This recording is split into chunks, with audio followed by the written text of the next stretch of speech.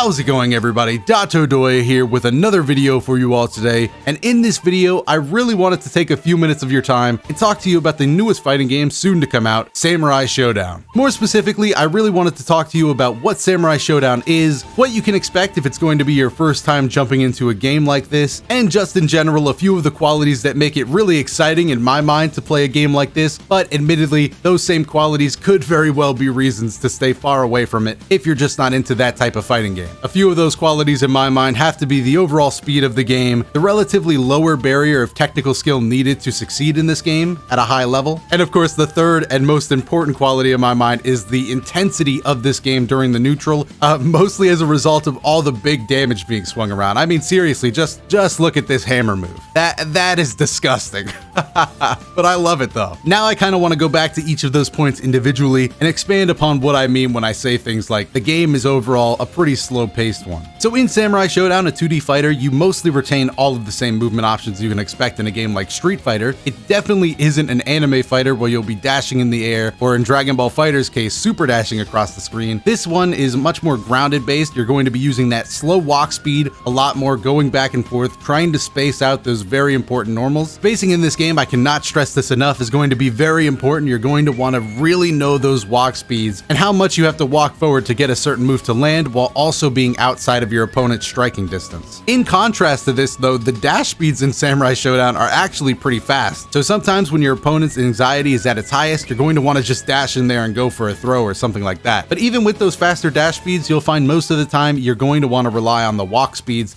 which are just a lot slower. And as you would expect, if you're going to be on the ground a lot more, the projectile game becomes a lot more important, so you can expect to have to jump over fireballs, things of that nature, participate in that fireball game.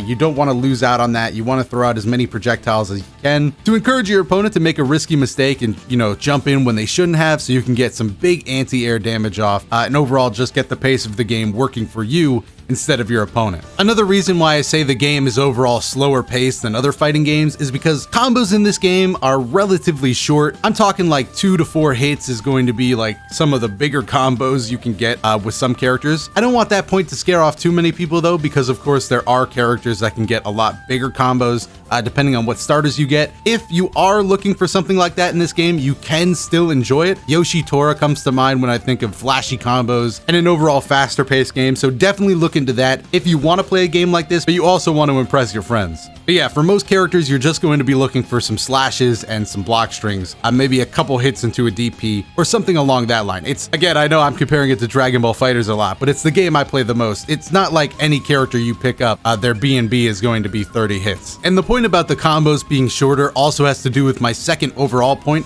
of the game requiring less technical skill than some other modern fighters. Overall, I see this as probably the point that most people will be able to agree on. Samurai Shodown is definitely not a Tekken 7 per se, where, mastering a character can take many months, if not even years, if you want to be the top of the top. But it's not like the game is achieving this by dumbing down certain aspects of the game or getting more casual, as some people say. It really is just a byproduct of the combos you have to learn being shorter and not requiring too many special inputs or anything like this. Because of that, you can totally play Samurai Shodown on just about any peripheral you want while not really giving up any competitive edge. Just wanted to add a quick side note here that when I talk about requiring less technical skill, that doesn't mean skill overall. If you play against somebody that's been playing Samurai Shodown for a while, you will definitely feel that it will still be a struggle for you to get that win. Just thought I should add that on here in case people thought I was saying that the game was easy or something. Totally not the case. Moving on to my third and final point about what you can expect from Samurai Shodown, I believe I mentioned how high intensity the neutral is in this game, and how that's mostly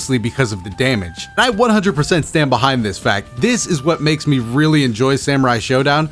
It's a feeling unlike a lot of other fighting games. Knowing that you have to space those moves properly or else you're going to take a huge hit from like a heavy slash or maybe they spend that rage art to slice right through you. It can be an absolute blast just when you and your opponent are walking back and forth and nothing's happening on the screen. And that's really why I think the damage is there. I mean, yeah, it does look flashy saying you can finish people off in like one hit or something, or an unscaled super does 70% 20%, or even something like that hammer clip I showed earlier that just does an insane amount of damage. Really, I think those big numbers are there as more of a scare tactic to keep you playing a slower paced game. You know, one mistake could take 20% of your life bar, and then you really only have 3 mistakes left until you're dead. Unlike my last point, how I talked about everybody could probably agree on that one, this is what I think is going to separate people that really love the game from people that just aren't gonna enjoy it too much. As a plus side though, when you make a mistake in this game, you're not necessarily being punished with a very long combo that you have to sit and watch. You're instead being punished by immediately being stripped of that life bar. So whichever one you prefer, you should definitely know that before heading into this game. That was pretty much it for the overall basis of what you can expect on a ground level going into the game. Now I kind of want to talk about some mechanics the game has and how they affect gameplay.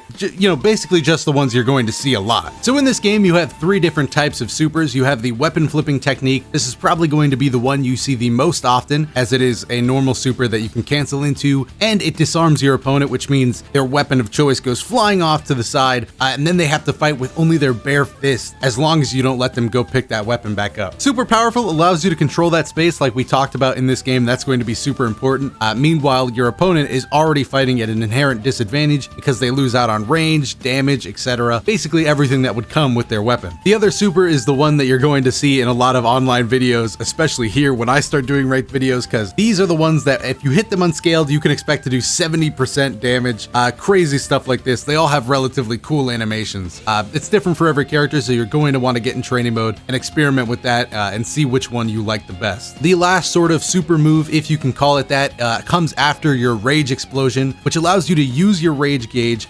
Once it's gone, by the way, that's it. It's gone for the entire match. So if you want to use this optimally, make sure you're using it where you need to use it, like the last round of a match, for example, because what this move allows you to do is, one, while you're in rage, all of your normals hit a lot harder. And if you want to go ahead and spend that resource right away, you can instantly slice through your opponent really quick. I'm talking like if you see your opponent click anything, you could probably punish them with this. And if you hit it unscaled, it does a ton of damage. If you do it off of a grab, of course, that would make it guaranteed. So that's scaled down pretty heavily. But anywhere else, this is going to be your go-to option when in rage and trying to snipe that last bit of health off your opponent. Apart from that, the other mechanics I wanted to talk about were the defensive options in this game. You have your standard blocking, which is going to be even more useful in this game because when your opponent does go for those riskier moves, their character will yield back when they hit a blocking opponent, leading to some very easy punishes. You also have your deflects, which serves as the game's perfect guard system. If you hold back just as an attack connects, you'll get this little spark and it'll be easier for you to get those punishes off. So already you should kind of be getting the picture here of how these systems influence the gameplay. It's very read heavy, very slow, like I've said all video long, but also very rewarding for mix-ups. That's another thing I should mention here. Just because the game is slower paced and more spacing oriented doesn't mean there aren't different kind of characters like zoners, rushdown, balance,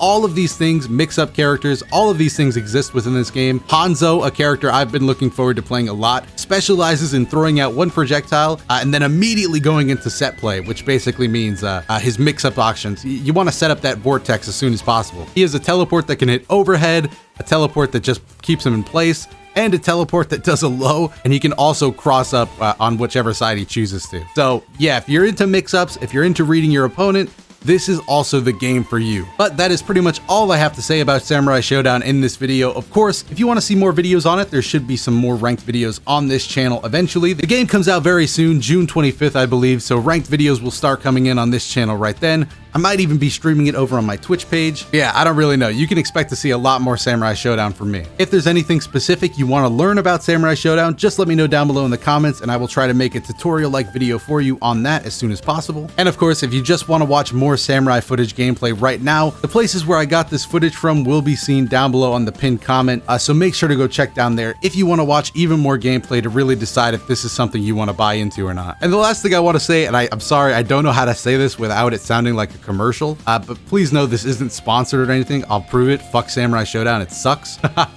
But no, seriously, just to save money, if you do know for sure that you want this game, make sure you want it for sure. If you buy it within 5 days or pre-order it, you get the first season pass, all of the characters for free.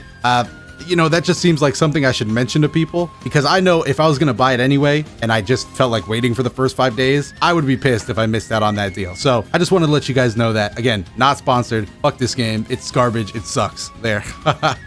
Hopefully that proves it. Anyway, I'm gonna go ahead and be getting out of here now. Leave me a like and comment down below if you have any questions about Samurai Shodown or my plans for videos on it on the channel. And make sure to subscribe if more fighting game content from me sounds good. If you want more videos from me right now, there should be some on your screen. I have been Dr. Doya. I will see you in the next video.